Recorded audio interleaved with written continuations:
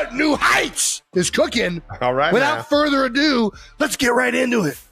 I guess we're going to do the intro. First of all, should we call you Dwayne, The Rock, the final boss? What are we going by these days? Whatever comes out, brother. All good. Doesn't matter what your name is. Let's go. Our guest today is 6'4" podcaster from the University of Miami. He was a member of the 91 Hurricanes national championship team. You might know him as the 10-time WWE heavyweight champion, or from his hit films such as The Fast and Furious franchise, Jumanji, Moana, among others, and upcoming The Smashing Machine. 92%ers, please welcome Dwayne "The Rock" Johnson! Let's go, boys. Good to see you. Dude. Could not resist. Good to see you. Got me, man. You got me. Good to see you, boys. Dude, well, thank you so much for coming on, man. You're one of our icon guests. We've always wanted to have you on this show, man, and shoot the shit with you, brother. And this is so cool because this movie is unbelievable. The Smashing Machine, the story of Mark Kerr, the legendary UFC fighter in the beginning days of the UFC, right? Yeah, in the beginning days, yeah. I'm very interested. What was it about Mark Kerr that really made you did you know of him before the script or before the movie came to you or the opportunity came to you, or how it all came about, and just what you knew about Mark Kerr and the UFC at that time? Yeah, absolutely. Before I get into that, let me just take a moment and give you guys your flowers. Congratulations on the podcast, man. And not only that, on the podcast, but also just congratulations on your careers, man. Just really incredible careers. And for you guys like you, guys in the league who have become world champions like you, I always say that's my dream, man. You guys are living my dream. That's what I thought. That was the goal. So anyway, thank you for having me on. Good to see you. Cool. With Mark Kerr, he was one of the pioneers of MMA, one of the founding fathers of MMA, of UFC, two-time heavyweight tournament winner. And back then, when you fought in the tournament, it was, you fought, and if you won, you didn't go home and fight the next week. You fought that night. And, his career started out in Vale Tudo down in Brazil, won everything that night. So he became a legend, and his ascension, man, was like a rocket. And I actually met Mark back in the late 90s, back then, MMA, UFC wasn't as big and global as it is today. So the big organization was Pride in Japan. And a lot of those guys would come over from Pride, and we'd be WWE guys. We'd all be in LA working out at the same gym, the Gold's Gym in Venice. We're in the same arenas too as well. So I met Mark back then, and the guy was a legend. And, he was always this walking contradiction of a human being, where he was just insanely jacked. He was at one time the greatest fighter on the planet. He was like Tyson, undefeated, dominant, and feared.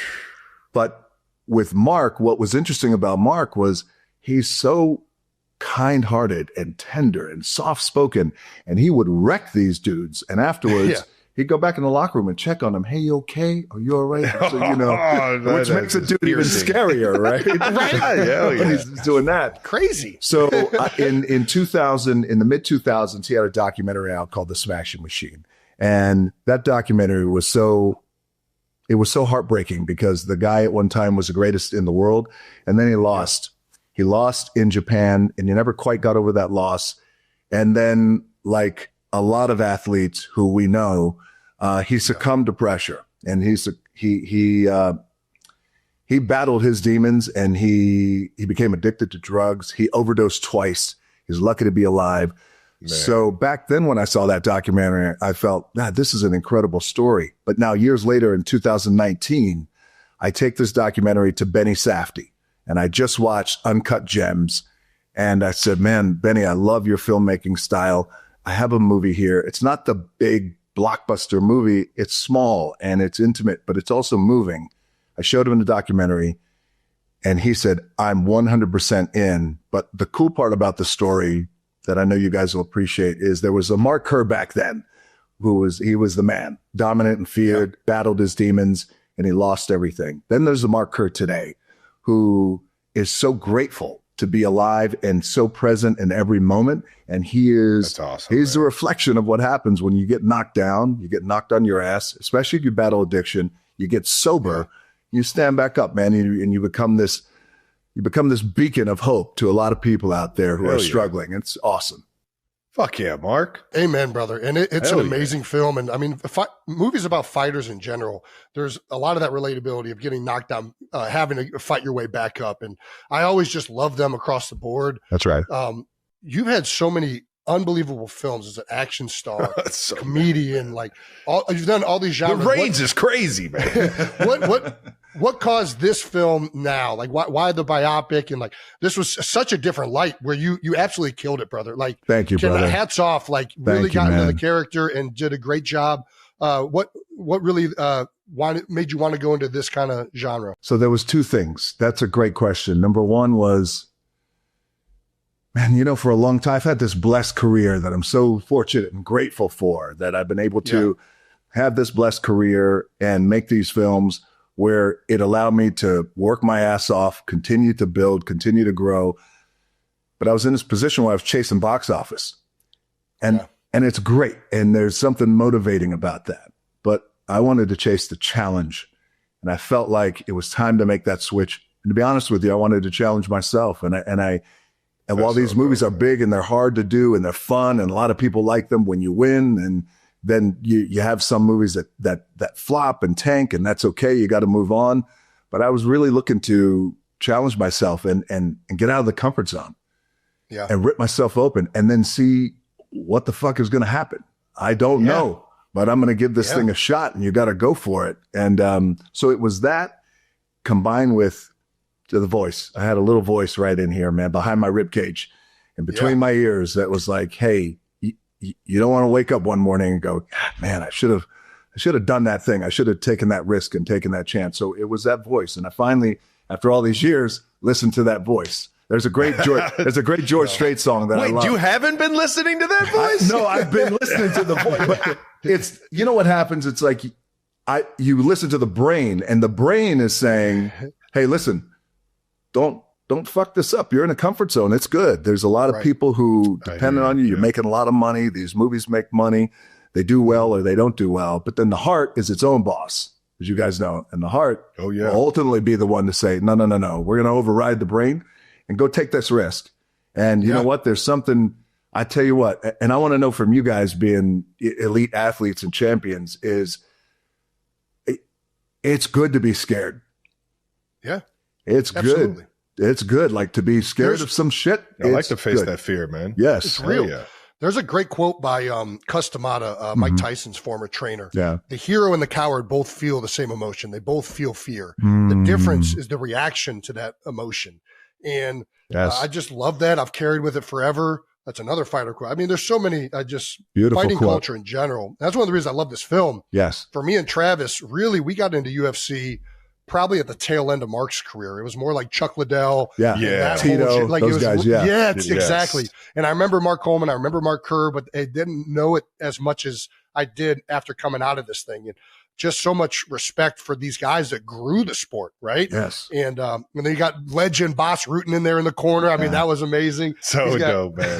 We had Boss Rutan. We had Alexander Usyk. We had a lot of guys, man. But you're right about these guys who paved the way. And back then, those guys weren't making a lot of money at all.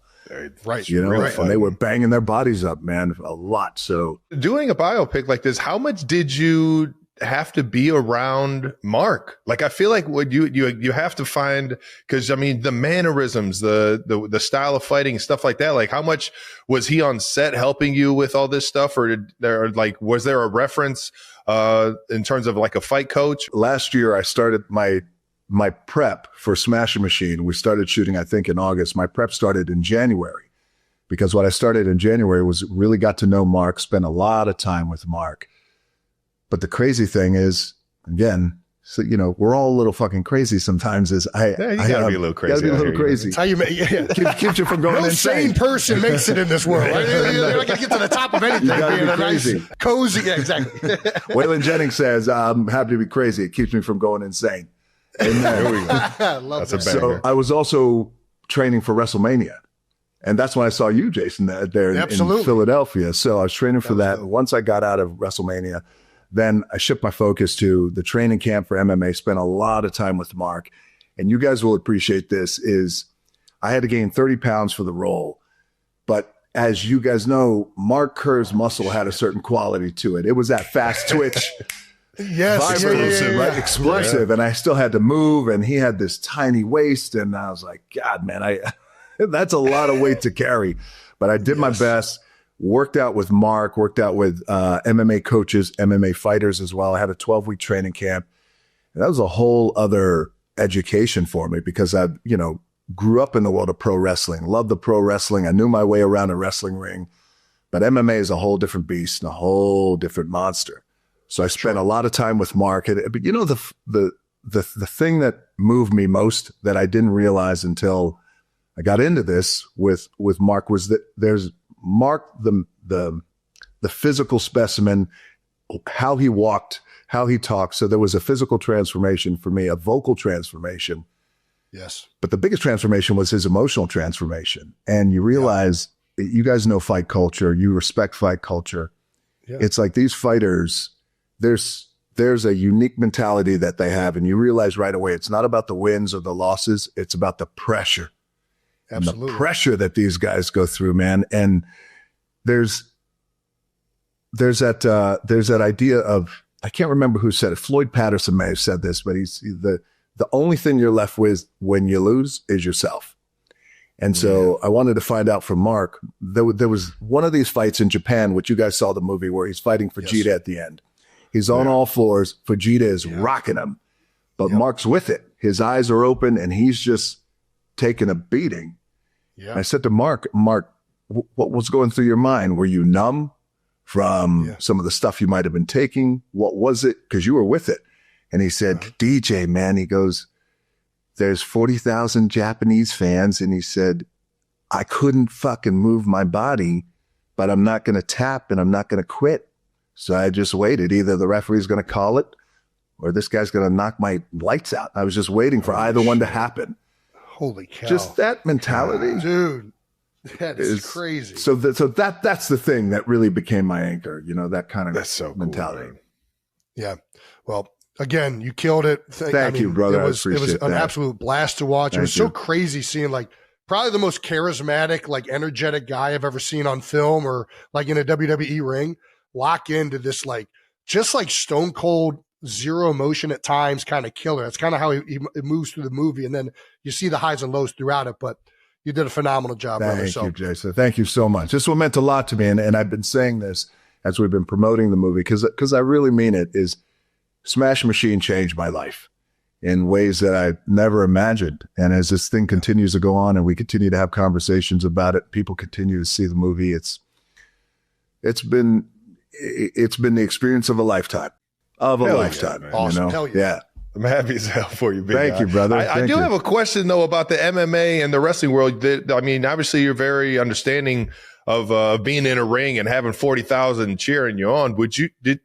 Was there ever a moment where you were like, yeah, you know what? I want to give that a shot. Oh, I want to go into the MMA ring. I want to go into UFC. Was there ever a thought or a opportunity? Maybe somebody put a contract on the table. It's like, it's there if you want it. Listen, me right now, it's like, as you're training in MMA camp, it's like, okay, you know how ego will start knocking at your door and be like, hey, no doubt. I could be a bad motherfucker doing this thing. I think so. But then the reality, what happens, he's not an MMA fighter, but he's arguably going to be one of the greatest of all time, is Usyk. We were in the ring, and the moment I locked up with him, that was very sobering. And again, it's just, he's that fighter mentality and you could feel it. And man, you just feel it right away. You feel it right away. I tell you what, when I was years ago, though, when those guys were going to Japan and in the mid to late 90s, we weren't making a lot of money because we were on the lower, we were opening match in WWE. Sure. So there was a time where me and my buddies started, hey, do you think we could go over to Japan? I think we might be okay. We might be able to do well. Those guys are making, a lot of money. And then you realize, no, wait, those guys will take my jaw and knock it into another area code, man. I'm not doing that. I don't like to get hit in the face. Sometimes you just got to be real, Just got to be real, man. That's so good. I love it. Well, can't wait. Everybody check out the Smashing Machine. You're not going to regret it. Thank you, You're not going to regret it. Let's flash back, if that's all right with you. Yeah. You talked about football was always kind of like the dream growing up. Dream. Your time at the U, what was that like? I mean, defensive tackle, 91 Hurricanes team. You're behind Warren Sapp. Take us back to that time.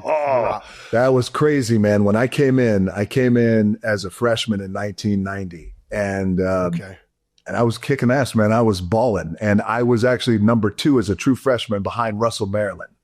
Maryland, right, was number 1 draft pick for the Cowboys, and I was balling. I get hurt the last day of training camp. An offensive guard runs me into the ground. My entire shoulder pops out. It's hanging out. The doctor had to come back and put it in. You guys have been there. Yeah. I had to have complete reconstruction on my shoulder, tore everything, went into depression, had a miserable freshman year. I got a .7. 0.7. Yeah. That's like, I can that's relate hard to that. That's hard. You got to try to get a 0.7. I was the other way though. I was having so much fun. I had a 0.7. You weren't having fun. I wasn't having fun. I got a 0.7. But anyway, so just a miserable freshman year. But the dude who ran me into the ground, that's Mario Cristobal, who's now the head coach in Miami. He's kicking ass, man. How about it? How about it? That's my boy. I'm so proud of those guys down there. But the U at that time in the early 90s, late 80s, early 90s, they rewrote the game on in terms of swagger, in terms of how to play. And we had a mentality down at Miami, which was speed kills. Bottom line. Yeah. You guys know that. Oh, yeah. So Warren, our freshman year, they bring in Warren Sapp, who's a tight end. Yeah. And he's coming in fresh. He's running routes, hands like butter, just like you. Yeah, he's like, he's fucking around and he's in practice. He's catching punts with one hand. I mean, he already looks like, man, you could put this guy anywhere. Right. We come into training camp and he's in the defensive line room. I sit down. I said, "What are you doing here?" He looks at me. True story. You could ask him this. He goes, "I've come to take your job." No way. No way. I said, "You ain't taking my job." He said, "I come to take your job." I said, "Well, we'll see." We'll see. Cut to me on the bench, being like, "Hey, good job, Warren. Number 1. He called it. There we go. He called it. That's a beast. He called it. Oh, you ready for me? Not yet. All right. But man, that team back then, we had Warren, we had Ray Lewis, Rohan Marley. We had just our defense, man, so was stacked. Insane. Heck yeah. Insane. Heck yeah. Did you guys play at the same time at Cincinnati? Oh yeah.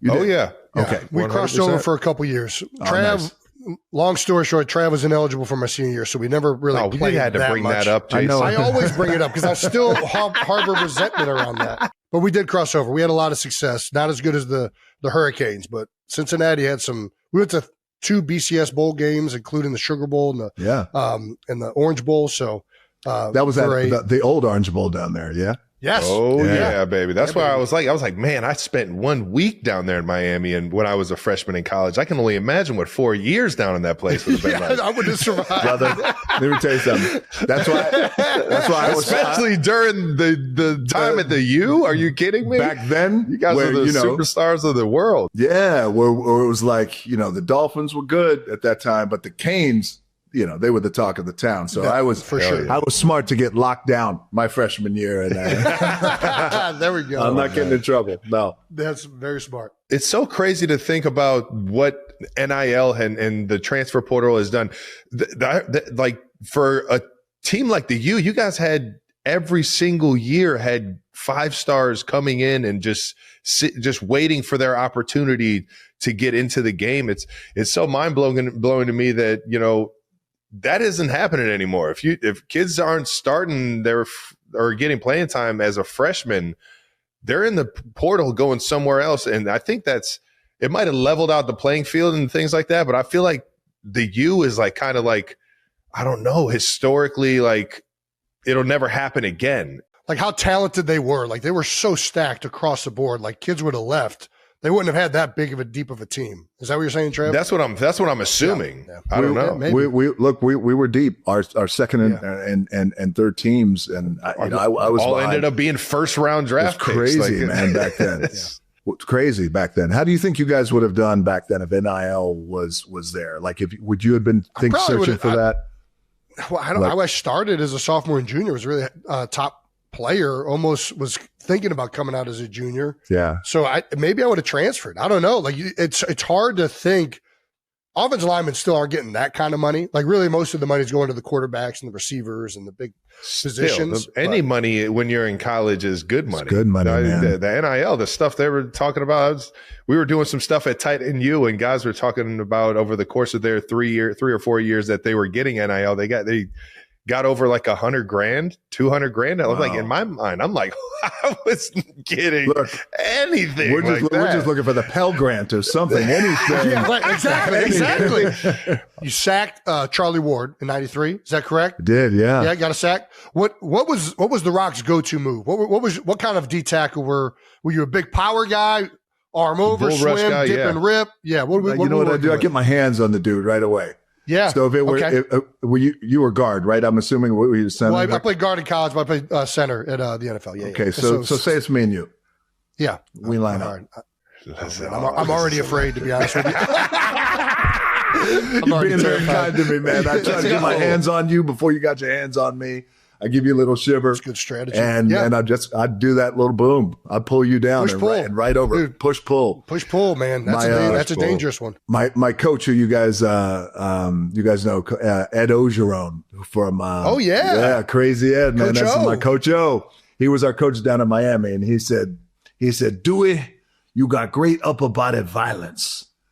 I said, look, I don't even know what the fuck that means, but that sounds good to me.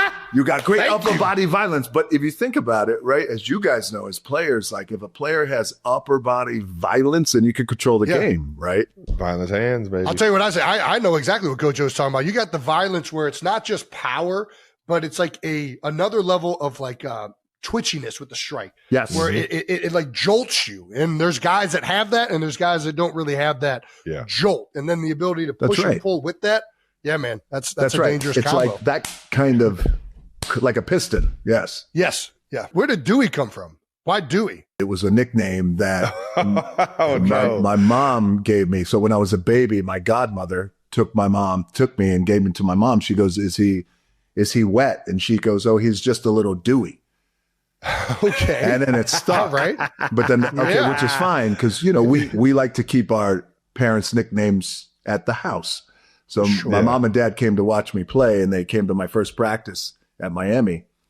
And my mom was like, hey, Dewey, come here for a second. And I was like, oh, no. And if you give a nickname like that around the boys, you're done. They're running with it. They're running with it. So everybody was like, Dewey, what the fuck? And then it's just stuck.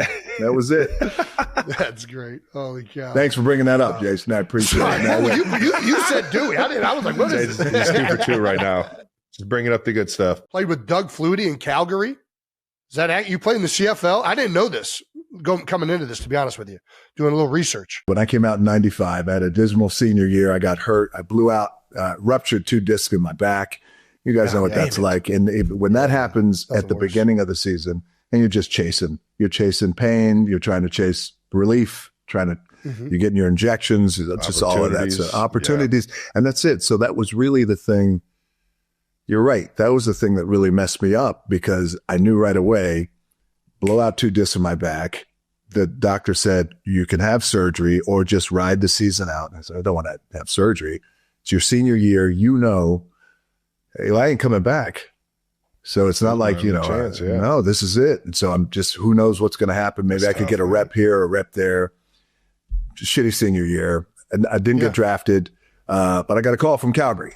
And I went up there to Calgary. Yeah, I played up there for a little while, and then I didn't make the team. I was on the practice squad, and we were making maybe about $300 Canadian a week, which wasn't a lot to live on, man. But I was still, you're living the dream, and you're hoping that, hey, I could parlay this into, I could get on an NFL squad next year and make that practice roster. And those guys are making $100,000 or whatever it is. Like, so you keep the dream alive. And then I got cut from the CFL. Mid-October. I'll never forget it. And I got sent back home. And so I got sent back home. Wally Buono, who's a legend up in the CFL, he wound up becoming my mentor. He said, listen, we're going to let you go, but man, you're a great player. Love to call you back next year. I said, okay, thank you for the opportunity. I get sent home. You know how when you leave home and you go to college, you guys go to Cincinnati, you leave at home, you don't plan on going back home with your parents. Like, right. This is it. Yeah. Afterwards, you're hoping to make it to the league and do what you guys did. So I got cut from Canada. I go back home and I don't have a place to go now. I got to move back in with my mom and dad in their little apartment in Tampa, Florida. And that was so sobering for me because it's like, man, there's a dream. It all goes away. And then, and then I was down there and then I get the call from Wally Buono after the season again ended. And he goes, hey, our season just ended. I think they either competed for or they won the Grey Cup. And he goes, we just had a big year. Jeff Garcia was up there, by the way, too, as well. He was their quarterback. Hey. And he goes, I'd love to have you back. And I said, Coach, I appreciate it. And in this moment, you know how you guys know that there's a defining moment in your life when you look back, like, man, had I not made that decision, I would have been on a different road. So in this moment, when he said, hey, I'm calling, I got great news. I'm going to bring you back next training camp and we'll start all over again. And I said, Coach, I appreciate it, but I'm going to have to close this chapter in my life. Yeah. And he was like, hey, good luck to you, DJ. Great working with you. And I said, thank you, Coach. So, and then I hang the phone up and my dad's listened to the call. Yeah. And my dad goes, who was that? And I was like, oh, that was the coach from, Canada. And he goes, what did he say? I said, oh, he offered me a job to come back. He goes, oh, that's great. I said, yeah, I'm not going to take it. He goes, what are you talking about? And I said to my dad, who was a pro wrestler. Yes. I said to him, the pictures. Yeah. I said, he goes, what do you mean? I said, I don't want to do that. I'm closing that chapter of my life. He goes, well, what are you going to do? I said, I'm going to be a wrestler. He hated the idea. No. He was like, worst decision. No. He hated it. Oh, we got to do a huge fight that night. But so I played up there in Canada for a little while and that became very defining for me, man. Yeah. Because by the way, the thing I wanted most in my life, and I told you guys this, is I wanted your life. I wanted to be in the NFL. That was my goal. And it wound up being the best thing that actually never happened for me. Yeah. Yeah, absolutely. Yeah. Did you know on that call, like when you were saying no, that you were did you know like previously before it that you were going to go into wrestling? Or was it like literally at that moment where you're like, nah, man, I'm going to go do this other thing? It was at that moment. God, that's crazy. It was at that moment because I was down there in Tampa and I was working at Bally's gym and I was selling memberships. I didn't know what the fuck I was doing, but then I just in that moment when he said, "Hey, you got a shot," and right then I went, "I'm out. Thank you anyway." Well, something's calling. Something's calling. Well, it's that voice. I'll tell you what. Yeah, and what was calling down the road that you had no idea was the fact that you own a pro football team now. There we go. How about it, baby? Could you have ever imagined it after a call like that you'd be sitting there as the owner of a UFL team? No, there's no way. I mean, that's the beauty. I think it's so humbling that life can come full circle in that way, because while I never got that shot to live the dream that you guys have the privilege of living, years later, I have the opportunity to be the owner of this league and owner of the league. With myself, Danny Garcia, Mike Rapoli, and Fox, Jerry Cardinal too as well. And this full circle moment, man, to be able to create opportunities for players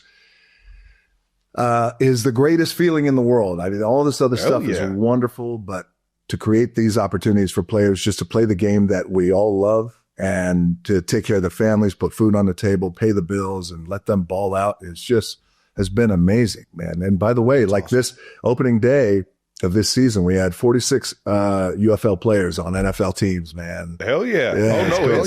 It's doing exactly that. It's giving guys opportunities to, put the film out there, show that they can make plays, show that they can get developed under a scheme. I loved to go, and I was down in Texas, and I just loved the atmosphere. I loved seeing, Wade Phillips coach that football team, and I believe they were going in to try and win the championship that week, or at least in the playoffs that week. So, congrats on all the success. Thank you, man. And you already know it. You might not have had that privilege of living this life, but it seems that you live life with the privilege to live life, no matter what it is that you're doing. You're so humble about it, and you create your own path, man. You created your own path, and it's so cool to hear the story behind it all. Thank you. You got to. That's what we got to do, is work hard and create our own path, even if we don't know what it is. You got to have faith and, the work and the process. You knew what it was. You knew it was the WWE, baby, the Attitude Era. That's it. We got to get into it, man. We got to talk some wrestling. Oh, iconic, man. Where do you even come up with this? How does it even come together? Like, it was wild. Well, back then in the Attitude Era, keep in mind that was before WWE was publicly traded. It was well before owned by TKO, obviously. So we flew under the radar, and there was a point where when I turned heel in the late 90s, and I was mixing it up with Stone Cold Steve Austin, and we were going back and forth and having our matches. That shit was bananas, because the golden days, because you could fly under the radar. And it reached a point, and I remember telling a guy who's a good friend of mine today, and he helps run a division of $7. His name is Brian Gewirtz, and he was one of the first writers ever for WWE. And we used to write my stuff all the time together. And I said, you know what, man? You know how lucky we are right now? He said, what? I said, we could say anything tonight to this crowd. We could sing. We could talk shit. I could talk in another language. I could, whatever it is. I said, it's whatever we want. And I said, there's the whiteboard. Let's write it. So the stuff about, whether it's if you smell. You're getting me so fired up right now, dude. Man, I'm telling you. It's like, oh my God. Jason, do you remember that time, right? In the Attitude Era? Oh my gosh, that was my heart. You got your ass back. All right, Lord.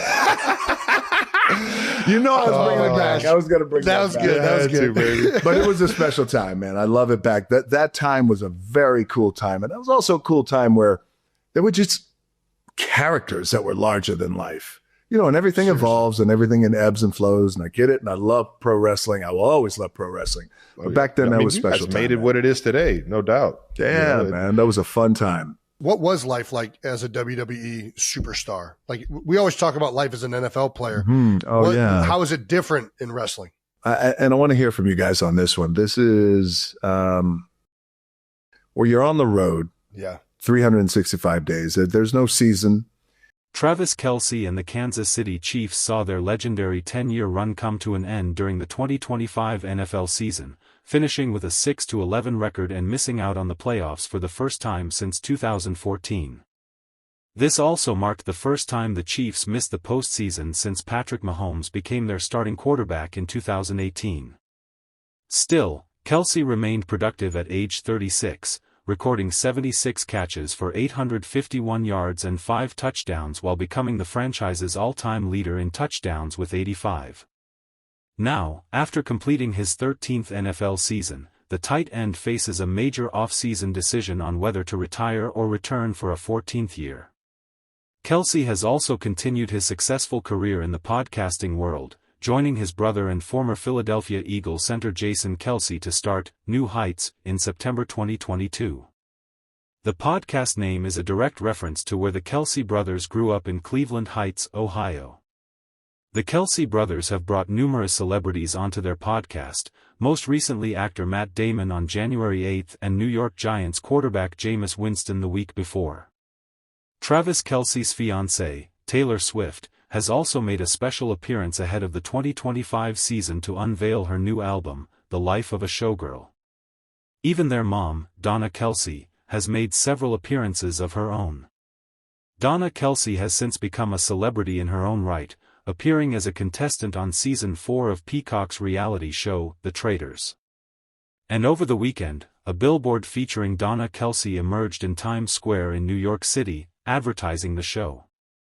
Not only that, but Donna Kelce also revealed another billboard in Times Square promoting the New Heights Kelce Clubhouse, an online retail hub offering merchandise tied to the podcast. The Kelce Clubhouse is in partnership with Amazon and was unveiled on Wednesday. The billboard also contains a photo of Jason Kelce and Travis Kelce.